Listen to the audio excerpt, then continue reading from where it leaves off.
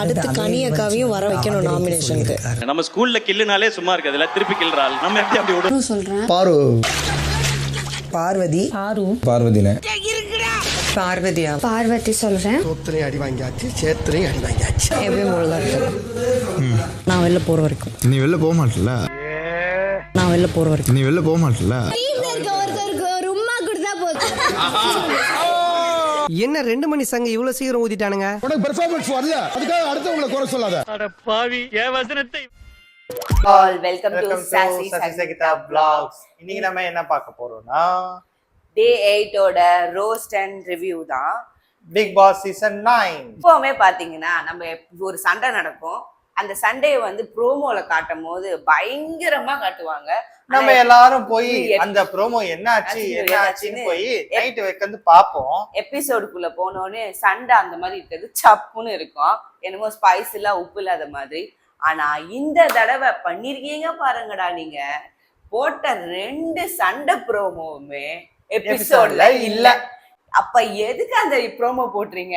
ஐயோ, ப்ரோமோ போட்டு பயங்கரமா காமிச்சு எபிசோடுக்குள்ள ஆள வர வைக்கலான்னு பாக்குற ஒரு ஸ்ட்ராட்டஜியா? புது ஸ்ட்ராட்டஜிமா. பிக் பாஸே இப்ப கண்டென்ட், பிக் பாஸ் டீமே இப்ப கண்டென்ட் கிரியேட் பண்றாங்க வெளியே நம்மள வச்சு. அதுதானே பண்ணிட்டு இருக்கீங்க. ஆனா இன்னைக்கு எபிசோடு எப்படி இருந்துச்சுன்னா வழக்கம் போலதான் இருந்துச்சு.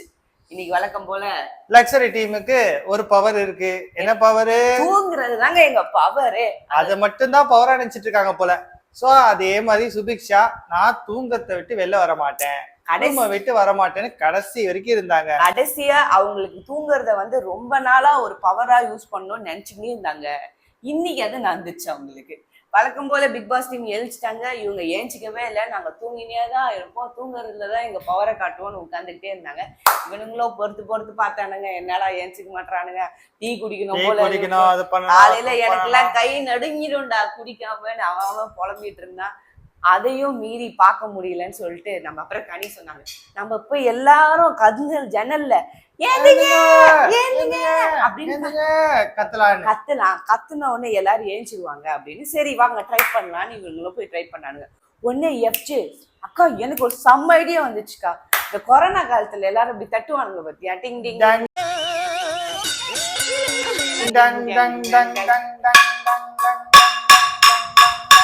அப்பவே சபரி சொன்னான், இப்படிலாம் பண்ணீங்கன்னா அவன் என்ஜாய் தான் பண்ணுவானுங்க, அவனுங்க ஒண்ணு இது இதுவாக மாட்டாங்க. ஆமா, ஆனா இல்ல அவங்க இரிட்டேட் தான் ஆவாங்கன்னு சொல்லி இவனுங்க போய் தட்டானாங்க.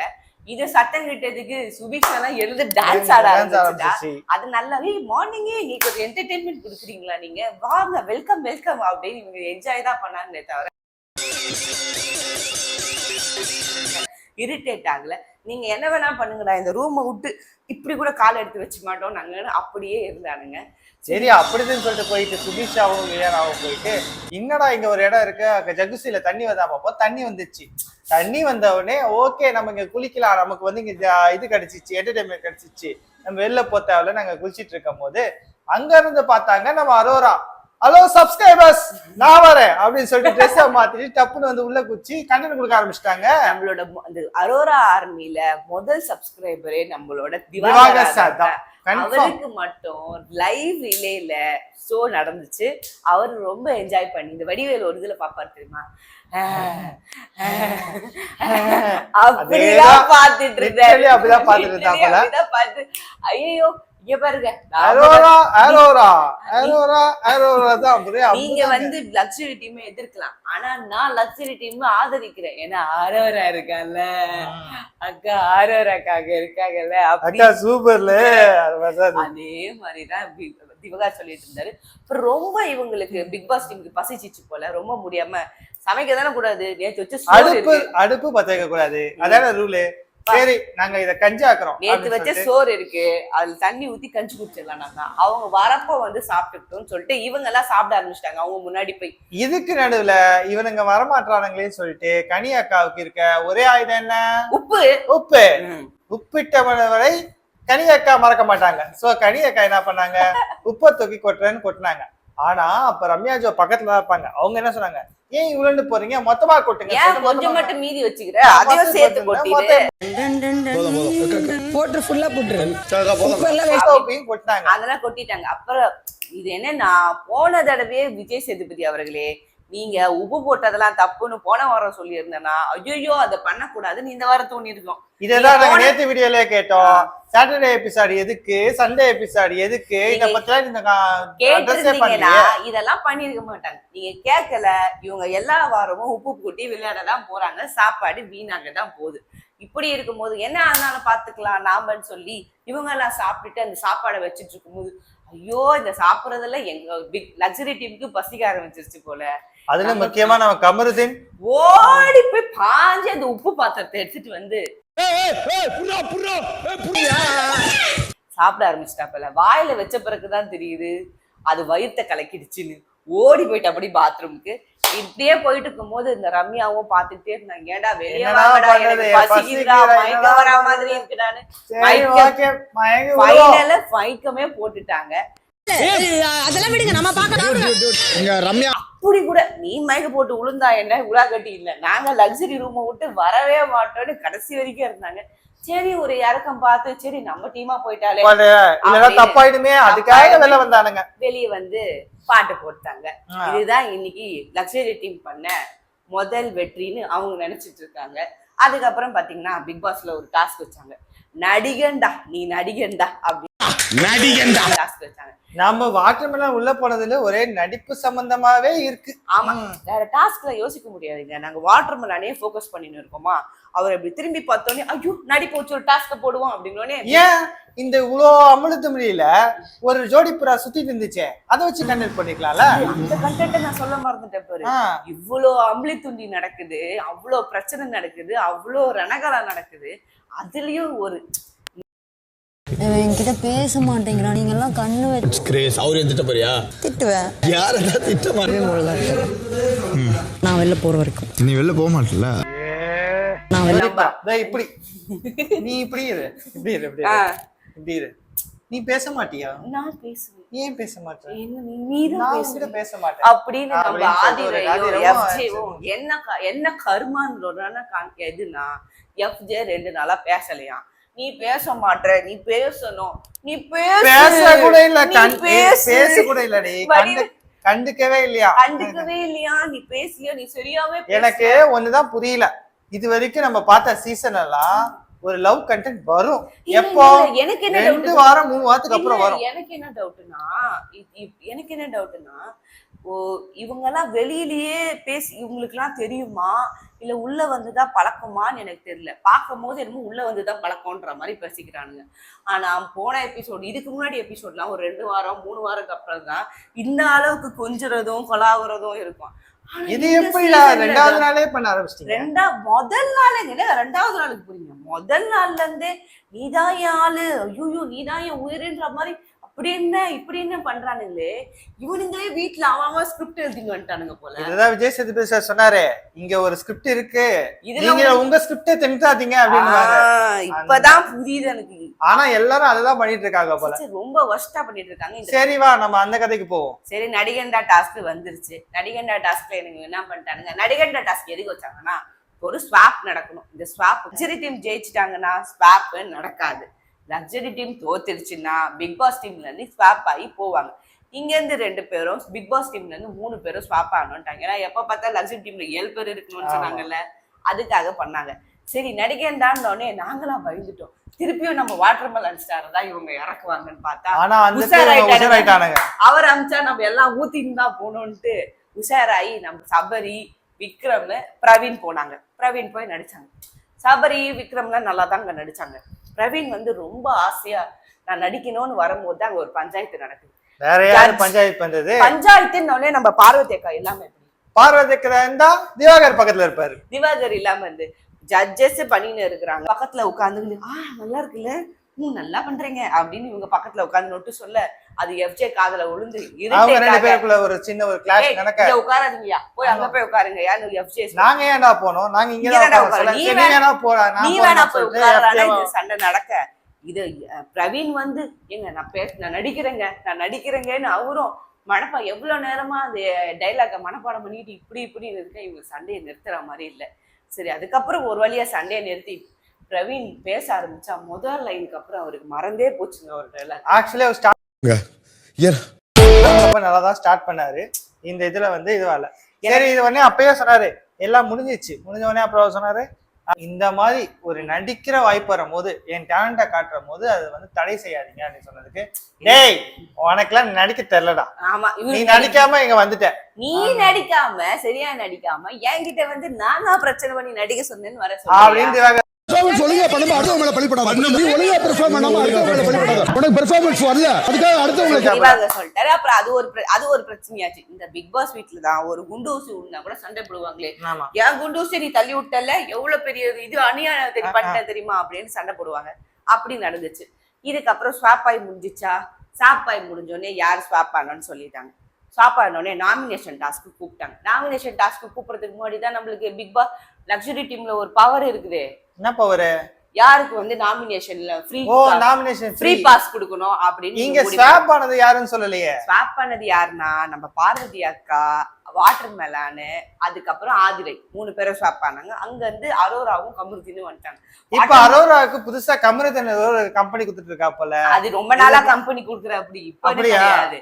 ஆனா வாட்டர் மெலான் சாருக்கு ரொம்ப கஷ்டம். அவரு போனதே அரோராக்காக தான். ஆனா அரோராவை தூக்கி இங்க போட்டாங்க. ஐயோ என்னடா இப்படி என்னையும் அரோராவே பிரிக்கிறதுலயே இருக்கிறீங்களேடாரு அவர் வருத்தப்படுறாரு. அவர் மன குமுறுகளை குமுறிட்டு இருக்காரு அவரு.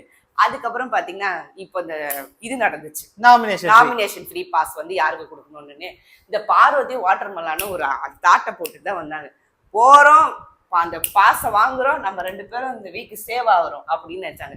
நீங்க வருவீங்க, நாங்க உடனே உங்களுக்கு தூக்கி கொடுத்துருவோமான்ற மாதிரி தான் லக்ஸரி டீம் இருந்தாங்க. ஃபைனலா எல்லாம் பேசினதுக்கு அப்புறம் இவர் வந்துட்டாரு. இல்ல நீங்களே வந்து எல்லாரும் ஒரு கூட்டமா இருந்துட்டீங்க.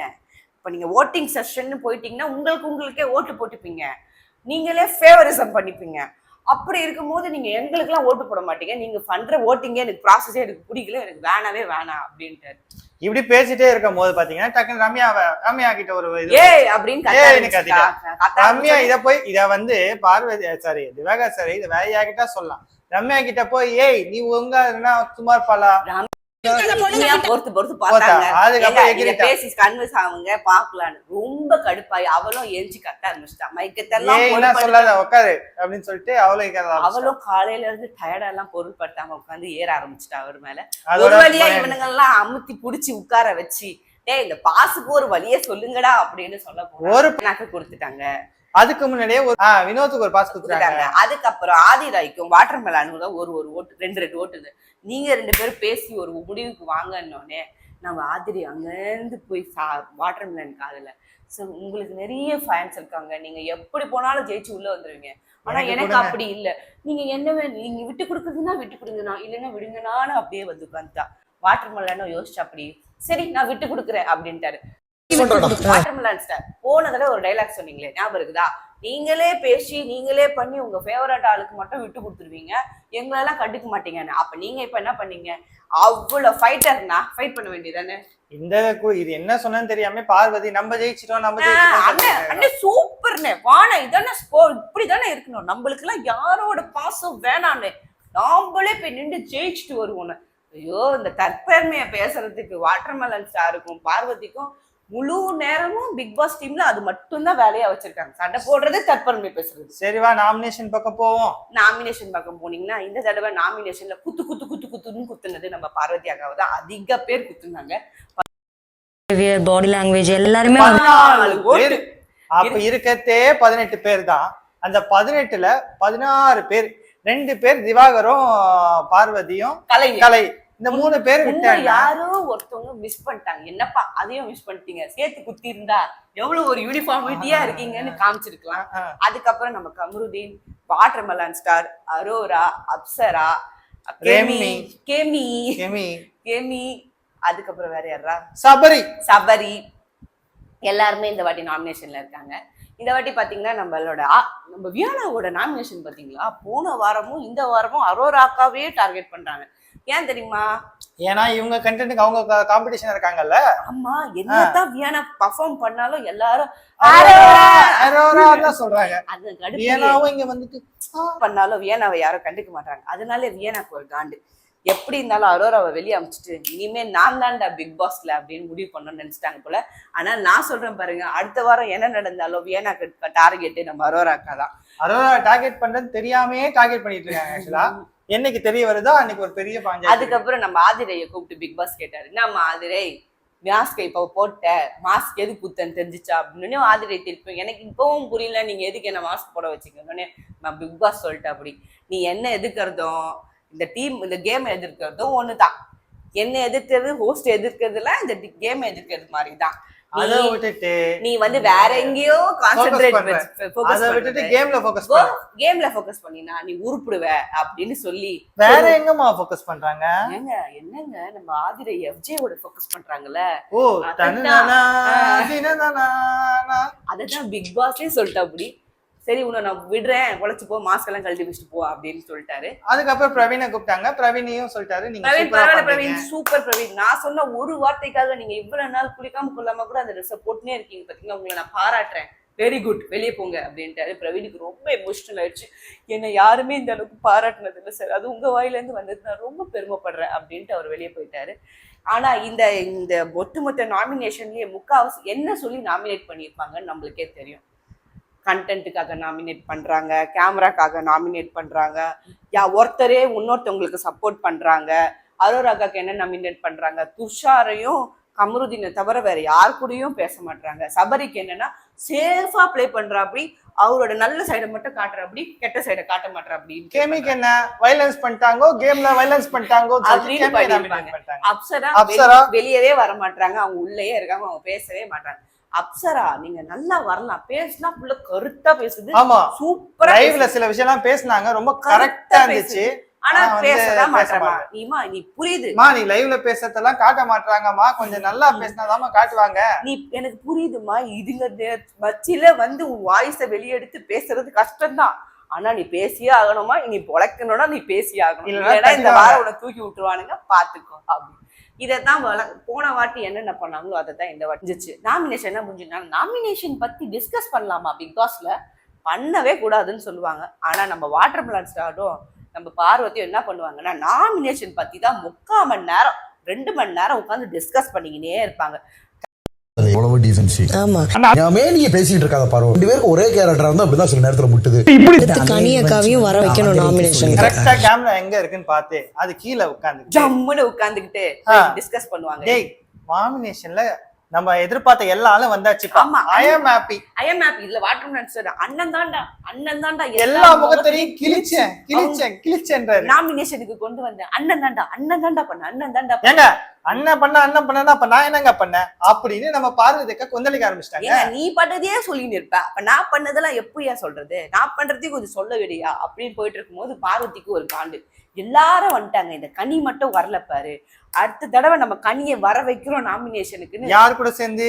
நம்ம கலையரசன் வாட்டர் மெலன் ஸ்டார் கூட சேர்ந்து இவங்க கனியை நாமினேஷனுக்கு அடுத்த வாரம் வர வச்சே ஆகணும். கனி பண்றது எனக்கு பிடிக்கல, கனி மேல அவங்க பிடிச்சிட்டு அவங்க இது பண்ணிட்டாங்க. அதனால ஒரு பிளாக் லிஸ்ட்ல போட்டாங்க. அவங்க பாத்தீங்கன்னா இந்த தடவை நாமினேஷன்ல எஃப்ஜேவை சொல்லியிருப்பாங்க. ஆனா எஃப்ஜே அவங்களோட பிளாக் லிஸ்ட்லயே இல்ல. ஏன் புதுசா எஃப்ஜே ஆட் ஆனார் தெரியுமா? எஃப்ஜேவை ட்ரேயை தூக்கிட்டு வந்து லக்ஸரி ரூம்ல வைக்க சொல்லியிருப்பாங்க. அவங்க ஷிஃப்ட் ஆகும் போது அவன் தூக்கிட்டு வந்து இப்படி போட்டு போயிட்டு இருப்பான் பெட்ல. ஓ நான் வேலை கொடுத்து நீ இப்படி போட்டு போறியா, நீ என் பிளாக் லிஸ்ட்ல இருக்கு. ஓ அப்படி வந்தா எஃப்ஜேஓ இந்த வாட்டி. நீங்க யாரெல்லாம் பார்வதி அக்காவை பகுச்சுக்கிறீங்களோ, பார்வதி அக்காவை கேள்வி கேட்குறீங்களோ, என்ன பார்வதி கேட்டா கூட நீ பிளாக் லிஸ்ட் நடந்துச்சு இந்த எபிசோட்ல. பார்க்கலாம் நாளைக்கு, இன்னைக்கு காமிச்ச ப்ரோமோவை நாளைக்காச்சும் போடுறாங்களான்னு பாப்போம் என்ன நடக்குதுன்னு. சரி நாளைக்கு ஒரு அடுத்த நாளோட ரிவ்யூவோட ரோஸ்டோட நாளைக்கு சந்திப்போம். Until then, bye from sassy Sangeetha. இந்த வீடியோ உங்களுக்கு பிடிச்சிருந்துச்சுன்னா லைக் பண்ணுங்க, ஷேர் பண்ணுங்க, கமெண்ட் பண்ணுங்க. Bye bye.